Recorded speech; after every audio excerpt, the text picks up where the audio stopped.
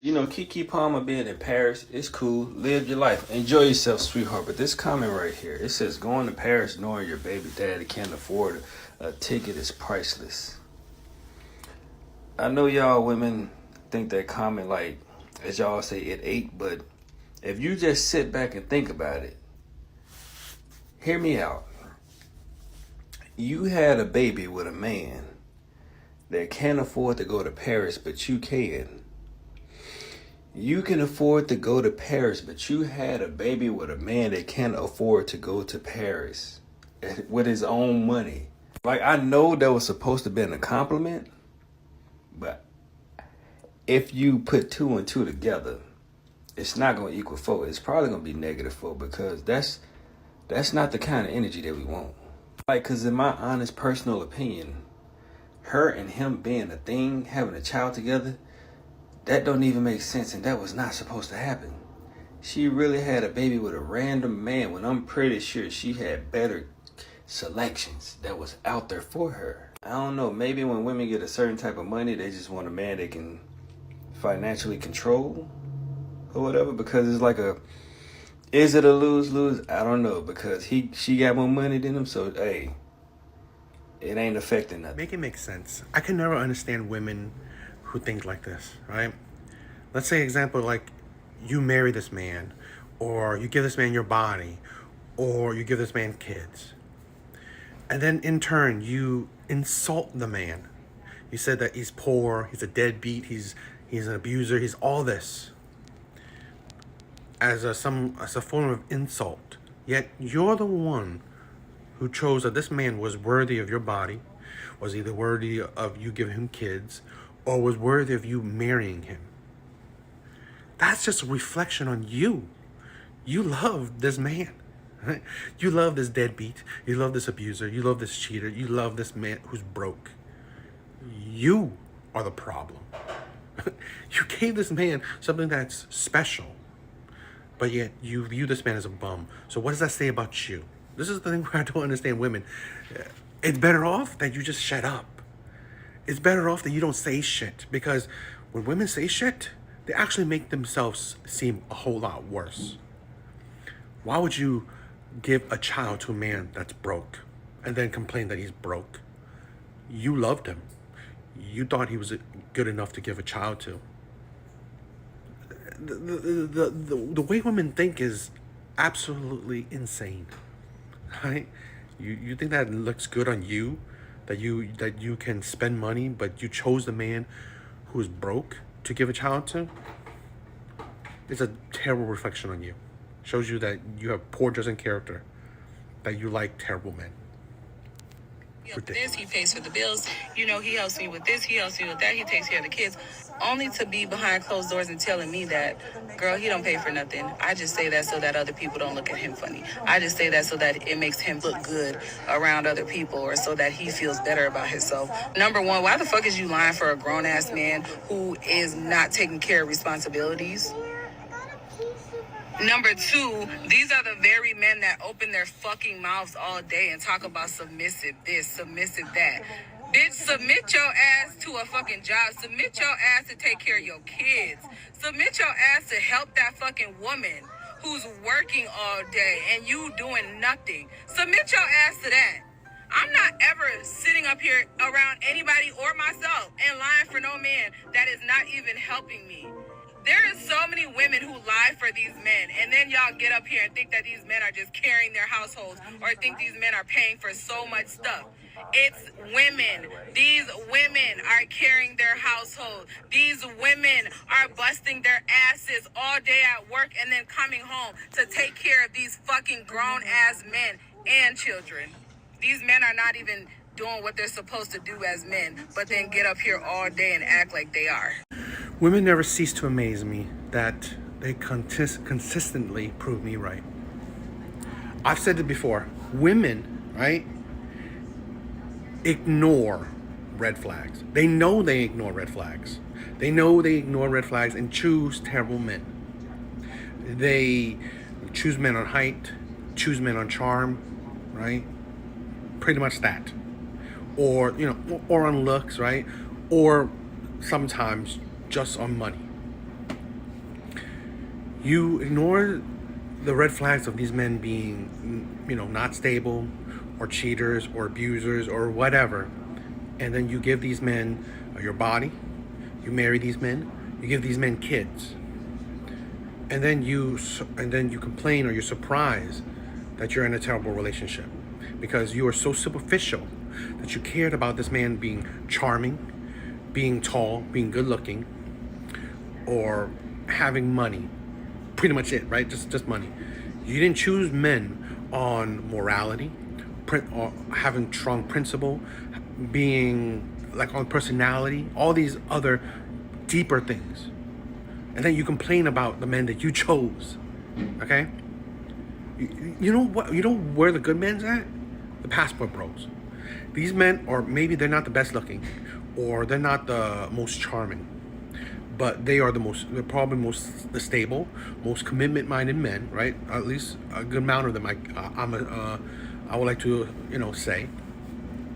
But they want a woman that's a certain way, so they couldn't get those type of women, so they go somewhere else, and then the women complain about what they choose because the men that they would have chosen last, right? Like these are the passport bros are usually the men that they would have chosen last after they've been ran through, became baby mamas and all that stuff. They would have chose those men, but now they can't because either those men are walking away from relationships or have higher standards of themselves because they have I believe good men have more self-respect nowadays, or they are just going somewhere else to look for what they deserve.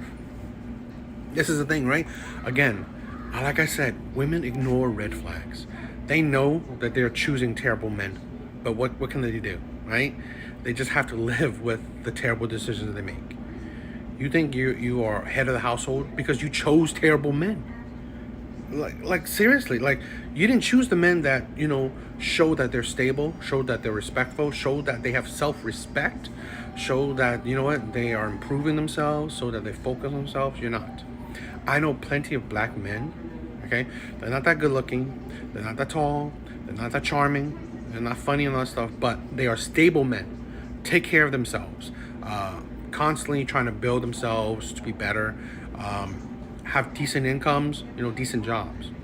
But they don't attract women because they're not the players, the bad boys, right? Which are usually the men that these women love, right? They love the players, the bad boys, the Chads and Tyrones. And then they marry these guys or they have kids with these guys and complain about it, that these men are not taking care of the household. That's not them. They didn't have that personality to begin with. They weren't those type of men that would would hold a woman down. But no, you didn't care about that. What did you care about? A good D, some charm, some height, So, like I said, women just ignore red flags and they're paying the price for it. And this is ridiculous.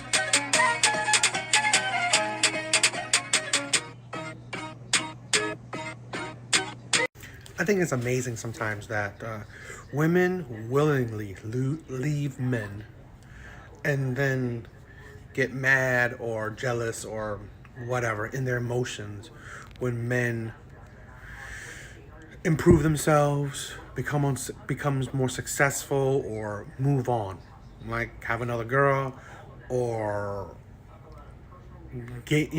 have money, right? This is the thing where I believe modern day women do not know how to build with men. They do not know how to be ride or die, go through the struggles with men, with good men, okay? With good men. You always do that with the crappy men, so then you could turn out to be the victims. Yeah, I can never understand that. Choose good men and then ride or die with them. Build with them, Go through the hardships with them. But no, they do that with the toxic men, the terrible men, the players, the bad boys, the Chads, the Tyrones, and then they complain that they did that. But I always think that's ridiculous, right? And I always think it's ridiculous that how can you leave a man and then complain about, in this situation, right? Real or not, women still do this, okay? About him, being successful or moving on or living a good life after you left him. Ridiculous. It is absolutely ridiculous. There's a thing where women think that, okay, because you have a child with them or some kind of connection with them, they can't move on, or that like marriages, how you try to take half of the man. If he was the one who built everything, you want to take half of it. He built it. It's his money. That's the thing. He went through the hardship of building his own empire, which most likely you might not have nothing to do with. If you have something to do with, fine, understandable. But if you don't have anything to truly do with his empire, right, his finances, women don't deserve half of his shit. But this is the thing where women always think that, okay, because I'm with him, I deserve it. No, if you don't put in the work, you don't get the benefits. Baby, how am I picking them? You're a part of the problem. Why am I attracting that? Bro, it's the same thing I always say. If you 3 baby daddies in and they all deadbeats, you are a poor decision-making woman. And I'm not trying to beat that down, into you. But maybe you need to stop for a second. Stop popping them kids out like they candy. And chill out and reassess yourself and really reevaluate and be like, okay, what's going on with me? Because I'm not a cum bucket. Because that's how it's coming off. That's how it come off to me. I'm sorry. Anybody that want to release in me can. There's no specialness in it. Anybody could get me pregnant. That's how I feel. That's how it looks. You don't have no type of self-control or thought process. You knew this dude for 3 months. And then this another thing. We were just talking about, I was talking to my makeup artist about this. If you are someone who is not a good judge of character, and girl, by 2 baby daddies, you know if you a good judge of character. I don't care. Because if both is bad, both baby daddies deadbeats. Like we said, girl. So if you know that, right? Wait. Get to know them. People can only hide who they are for so long. Unless they are psychopaths. Or you're just completely... That woman was amazing, right? I think she should have been more blunt. But, I mean, she's a friend, so, still a woman. You can't be too blunt. But she was speaking facts. This is what men, especially on social media, have always been saying, right? Exactly. I don't know what I could say more than what she said. She said it perfectly. I mean, she could be more blunt and saying that, yeah, I should be really, digging into you. But, I mean, she's not. So, she's putting in a little bit more tact. It's fine. But it was amazing what she said. This is a thing where